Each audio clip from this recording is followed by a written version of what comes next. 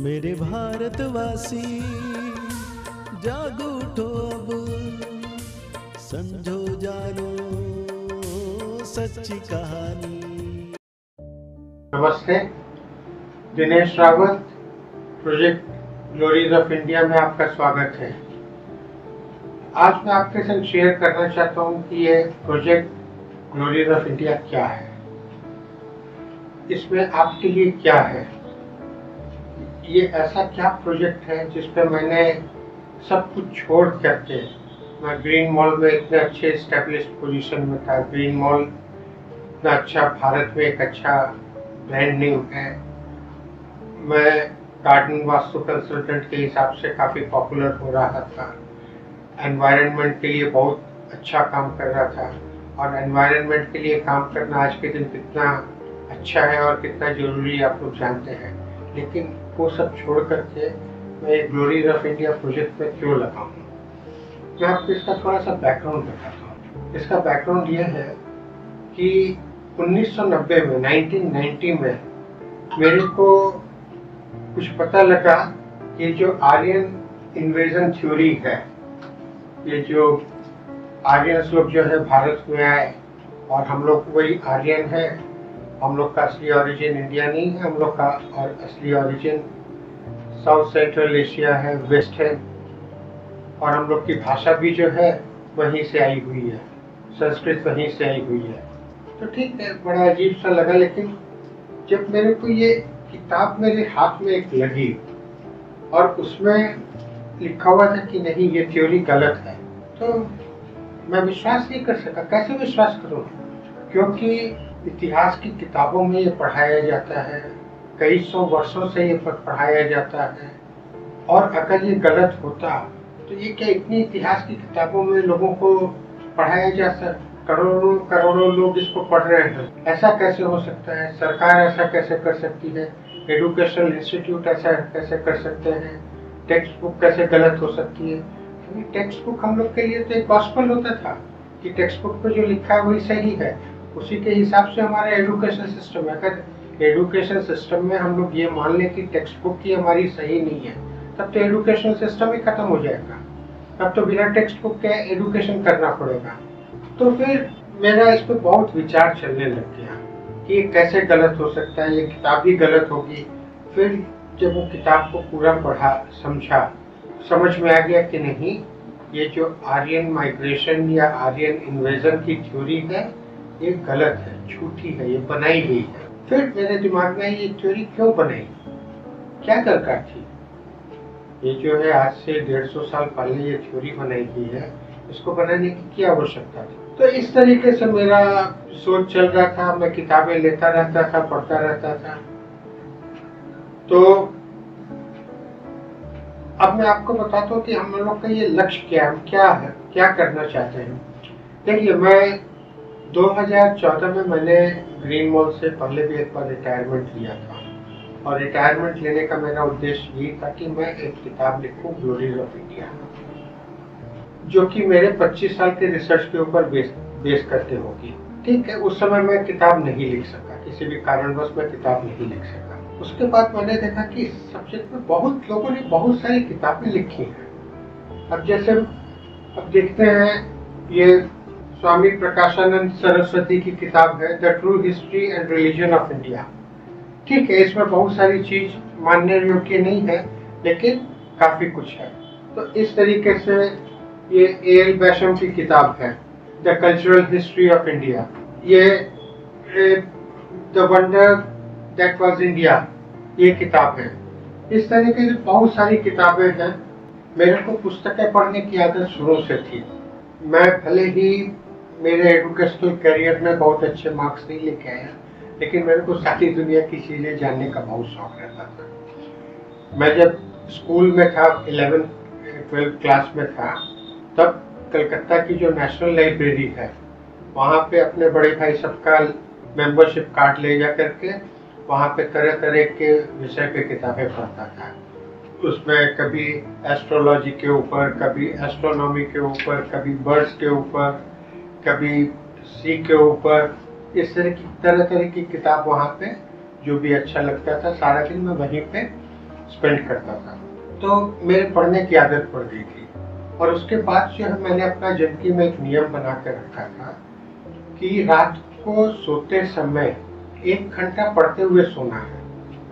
और इस नियम को फॉलो करके क्या होता था कि मैं 1 साल में लगभग 10 किताब पढ़ लेता था। और समझिए कि एक डिग्री कोर्स में जितनी किताबें होती हैं उतनी किताब मैं 1 साल में पढ़ लेता था। तो मेरे को किताब पढ़ने का शौक था, तो मैं किताबें पढ़ने लग गया।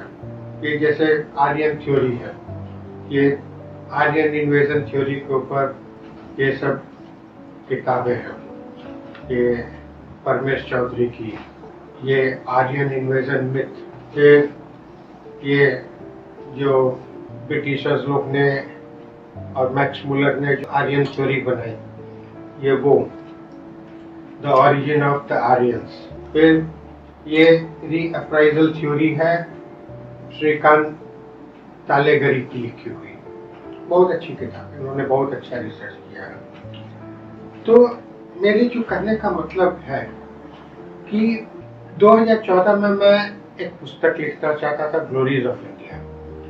उसके बाद मैंने सोचा कि ये सब सब्जेक्ट तो ऐसा नहीं है कि बिल्कुल अछूते हैं, कई लोगों ने बहुत अच्छा काम किया है, जैसे पी.एन. ओक हैं, उन्होंने बहुत अच्छा काम किया है, ये सब उनकी किताबें हैं, पी.एन. ओक की किताबें, अब ये सब पी.एन. ओक की किताबें हैं। तो ये लोग ने बहुत अच्छा काम किया है। ये गुरुदत्त एक ऑथर हैं, उन्होंने बहुत अच्छा काम किया है। आपका इनका बताया आपको मिस्टर तालेगी हैं, उन्होंने बहुत अच्छा काम किया है। अब इन्होंने इतना अच्छा काम किया है, लेकिन फिर भी इनका मैसेज सब जगह नहीं गया। क्यों नहीं गया? इसको मैंने एनालाइज किया और उसको एनालाइज करने के बाद मैंने सोच लिया कि नहीं, मैं पुस्तक नहीं लिखूंगा, क्योंकि इन लोगों ने मैं तो सबसे मिला हुआ हूँ, एक पुस्तक इनको लिखने में 3 साल 4 साल लग जाते थे, क्योंकि पुस्तक में सब कुछ एकदम एक्यूरेट देना पड़ता है, पूरा डेट वगैरह जितनी भी है, नाम वगैरह, स्पेलिंग वगैरह, सब बिल्कुल एक्यूरेट देना पड़ता है। तो ये लोग ने बहुत काम किया है, लेकिन इनका मैसेज जन जन तक नहीं पहुंचा है। अब ये जन जन तक क्यों नहीं पहुंचा है, इसका कारण क्या है? ये लोग ऑथर हैं, ये लोग मार्केटिंग वाले नहीं हैं, इनको नहीं मालूम कि सबको कैसे पहुंचाया जाए। ये लोग एक पब्लिशर से बात करते हैं, पब्लिशर किताब छाप देता है, 500-700 1000 2000 कॉपी बिक्री हो जाती है, मामला खत्म हो जाता है। और जो लोग किताबें खरीदते हैं वो भी कुछ पढ़ते हैं, कुछ नहीं पढ़ते हैं, कुछ पढ़ते हैं उसको भूल जाते हैं, सीरियसली नहीं लेते हैं, और आप समझिए कि उसमें एक आध जन है जो उसको सीरियसली लेते हैं। तो वो किताब की बात किताबों में ही रह जाती, आगे नहीं बढ़ती। अब मैं आपको जैसे दिखाता हूँ कि जीसस की बात करते हैं। अब जीसस के ऊपर आप देखिए कितनी किताबें लिखी हुई है, yoga and Bible, a search for the historical Jesus, doctor Fida Hasan का, ये Jesus Christ lived and prospered in and died in India, how and why, from Kashmir to Palestine, ये परमेश चौधरी की है। आपका द फिफ्थ गॉस्पल, ये भी डॉक्टर फिदा हसन की है। जीसस इन द ईस्ट, ये भी जीसस के ऊपर है। ये पी.एन. ओक की है, क्रिश्चियनिटी इज क्रिश्चियनिटी, ये पुलजे क्रिस्टन की है। ये किताब बहुत पॉपुलर हुई, इसको वेस्ट में बहुत लोगों ने पढ़ा है। ये खुद इंडिया आया था, खुद रिसर्च किया था। अच्छा, ये सब जो किताबें मैं आपको दिखा रहा हूँ, ये आप समझिए कि मेरे पास जो किताब है उसका ये 10% है। हमारी रैक्स में तो बहुत सारी किताबें पड़ी हैं, प्लस हमारे कंप्यूटर में, लैपटॉप पे बहुत सारी किताबें पड़ी है, वो भी मैं आपको दिखाऊंगा। तो ये तो किताबें मैंने आपको कुछ ये टेबल पे दिखाई, बाकी रैक्स भरी हुई है। और ये लैपटॉप देखिए, ये लैपटॉप में भी कितनी किताबें हैं। आप समझिए कि जैसे मान लीजिए भारतीय इतिहास की भयंकर फूलें, फिर light from the East, the light from the East, how science of medieval Islam.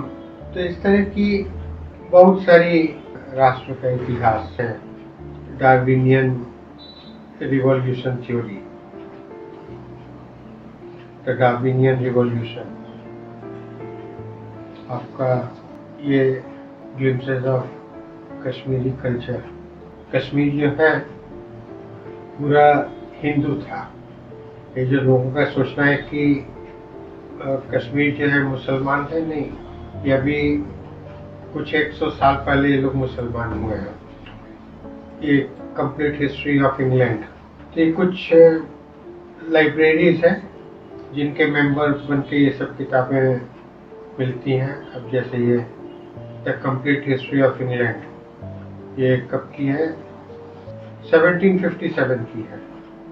तो इस तरह से आप तो समझ गए ना कि बहुत मैंने स्टडी किया, बहुत रिसर्च किया है। तो आपको ये सब मेहनत नहीं करनी है। आपको क्या करना है? अब ये देखिए, ये एक बड़ी इंटरेस्टिंग किताब है, the mystery of Chinese dragon, यानी कि चाइना में भी इंडियन कल्चर है। टैगोर का चाइना के ऊपर इन्फ्लुएंस।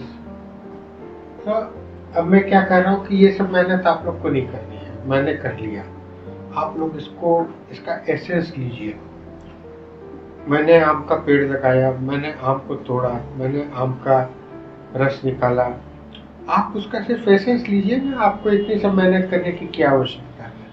हर सब्जेक्ट पे लोगों ने बहुत मेहनत किया है। अब जैसे ये जो मैं वर्ल्ड हिस्ट्री की बात कर रहा हूँ, ये देखिए, some missing chapters of world history, P N. Oak, Paramesh Choudhury की the India we have lost, Paramesh Choudhury की once the Hindu rule the British, ये परमेश चौधरी की डिड इंडिया सिविलाइज यूरोप। तो अगर मैं भी किताब लिखता हूँ, ग्लोरीज ऑफ इंडिया किताब लिखता हूँ, तो उसको लिखने में मेरे को 2-3 साल लगते हैं। उसके बाद उसको पब्लिश कराने में हमको पब्लिशर के लोग के संग बात करो, ये करो, वो करो, 1 साल लगता है। फिर उसकी मार्केटिंग करो। फिर कितने लोग वो किताब 300-400 पन्ने की खरीदते हैं और कितने लोग उसको पढ़ते हैं। तो यही होता चला आ रहा है। बहुत अच्छे ऑथर्स हैं, जैसा मैंने आपको बताया, कईयों का हमने नाम नहीं लिया है। तो ये बड़े अच्छे ऑथर्स हैं। तो मैंने क्या सोचा कि जो आज तक हुआ है मैं वो नहीं करूँ। मैं छोटे छोटे बिट्स एंड पीसेस में, किताबों में नहीं, पैराग्राफ्स में, एक छोटे छोटे नोट में, एक छोटे छोटे वीडियो में मैं सारे जन जन तक फैलाऊंगा। उनको कुछ खरीदना नहीं है। वो अपना फोन पे कितनी सारी चीजें देखते हैं, कितना गुड मॉर्निंग और कितना वीडियो देखते हैं, कितना छोटा छोटा क्लिप्स देखते हैं, उन लोग को ये सब पहुंचाया जाए। और इसका उद्देश्य ये है कि हमारे भारत का अतीत बहुत ही गौरवशाली है। इतना गौरवशाली है कि हम लोग की बुद्धि में बैठ नहीं सकता है। तो वो सब के बारे में मैं आपसे अलग से बात करूंगा। तो हम लोग का जो गौरवशाली अतीत है, ये हम लोग को जानना बहुत जरूरी है। और हम लोग को ये अपने मन और बुद्धि में बैठा लेना है कि हम लोग का कितना गौरवशाली अतीत है और हम लोग आगे भी दुनिया को रास्ता दिखा सकते हैं। तो अब दुनिया को रास्ता दिखाने के लिए सबसे पहले हम लोग के अंदर स्वाभिमान भरा होना चाहिए। हम लोग के अंदर पूरा कॉन्फिडेंस होना चाहिए कि नहीं, हम ये थे और हम ये कर सकते हैं। इस विश्व जो दिशाहीन हो गया है, आज जो है लोग बाग क्यों जी रहे हैं, क्यों इतनी एक वस्तुएं बना रहे हैं, क्यों इतना आर्म्स एंड एम्यूनिशन बना रहे हैं, कितना वायलेंस सब जगह बढ़ गया है, रिलेशनशिप 0/0 हो गया है, प्रेम नाम की चीज नहीं है, हर कोई स्वार्थी है, फैमिली का कोई मतलब नहीं रहा, सब जगह डिफ्रेगमेंटेशन हो रहा है, सब जगह फ्रेगमेंटेशन हो रहा है, छोटे छोटे हिस्सों में हम लोग बढ़ते चले जा रहे हैं। तो ये दुनिया का जो हाल है, ये क्यों हाल है? क्योंकि भारत की जो असली संस्कृति थी, जो भारत का असली ज्ञान था, जो हम लोग के वेदों में था, जो हम लोग के तरह तरह के ग्रंथों में है, वो सबको छुपा दिया गया। तो आज समय है कि हम लोग सब उसको जाने और इसको हम लोग सबको स्प्रेड करें। ये मेरा काम नहीं है, ये आपका काम है। आपके कांटेक्ट में जितने भी लोग हैं, आप उनको जो मैसेज फॉरवर्ड करते हैं, ये मैसेज फॉरवर्ड करिए। जो YouTube चैनल है ग्लोरीज ऑफ इंडिया का, उस YouTube चैनल को सब्सक्राइब करें, सबको इसको देखें, इसको सुने। ये आज जो है देश चाइना के संग हम लोग का टेंशन चल रहा है। जब भारत की सेना कोई अच्छा काम करती है, विजय प्राप्त करती है, तो आपको खुशी नहीं होती है? अरे हम लोग ने सारे विश्व पे विजय प्राप्त की हुई थी और अब फिर से विजय प्राप्त करना है, तो कितनी खुशी होनी चाहिए। तो ये सबका काम है, आप लोग सबको मिलके, हम लोग सबको मिलके।